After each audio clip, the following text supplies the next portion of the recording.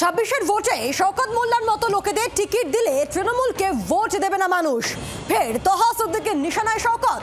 ভাঙড় ক্যানিংয়ে যা কিছু অসামাজিক কাজ হচ্ছে তার মূলে রয়েছেন শওকত মোল্লা, অভিযোগ ফুরফুরার পীরজাদার। মাসখানেক আগেই শওকত মোল্লাকে জ্যান্ত পুঁতে ফেলার হুঁশিয়ারি দিয়েছিলেন তহা সিদ্দিকী। সেই তরজার রেশ কাটার আগেই আরও একবার শওকতের বিরুদ্ধে ফুঁসে উঠতে দেখা গেল ফুরফুরা শরীফের পীরজাদাকে।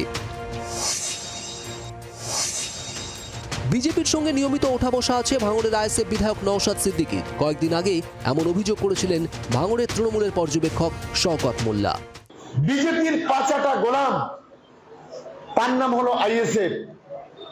আইএসএফ এর যিনি বিধায়ক আর এই বিধায়কের ভাই প্রতিদিন প্রতিনিয়ত কোলাঘাটে বসে বিজেপির সঙ্গে মিটিং করে। আইএসএফ এর থেকে বিজেপিকে ভোট দেওয়া ভালো বলেও মন্তব্য করতে শোনা যায় শওকতকে। এবার একই অভিযোগ তুলে ক্যানিং পূর্বের বিধায়ককে বিঁধলেন ফুরফুরা শরীফের পীরজাদা তহা সিদ্দিকী। ব্যাট ধরলেন ভাইপো নওশাদের হয়ে। ওই জন্য তো মমতা ব্যানার্জিকে বলেছি 2026-এ ওই বিজেপি মার্কা তৃণমূলকে সরাতে হবে। যারা দিনের বেলায় তৃণমূল আর রাত্রির বেলায় বিজেপির ভূমিকা নেই, ওদের ঘরে বাংলার মানুষ দেখতে চায় না।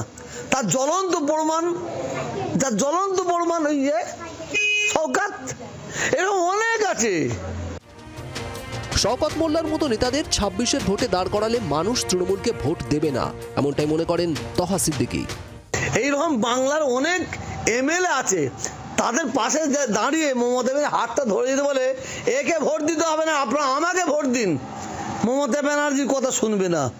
কারণ কিছু এমএলএ এরা এত অত্যাচার করেছে, নিরীহ মানুষের প্রতি এত জুলুম করেছে, এত মিথ্যা কেস খাইয়েছে, এত তুলাবাজি করেছে, হ্যাঁ এত খুন করেছে, রাহাজানি করেছে, অতএব এদের প্রতি মানুষ একদম ক্ষোভে ফুটছে।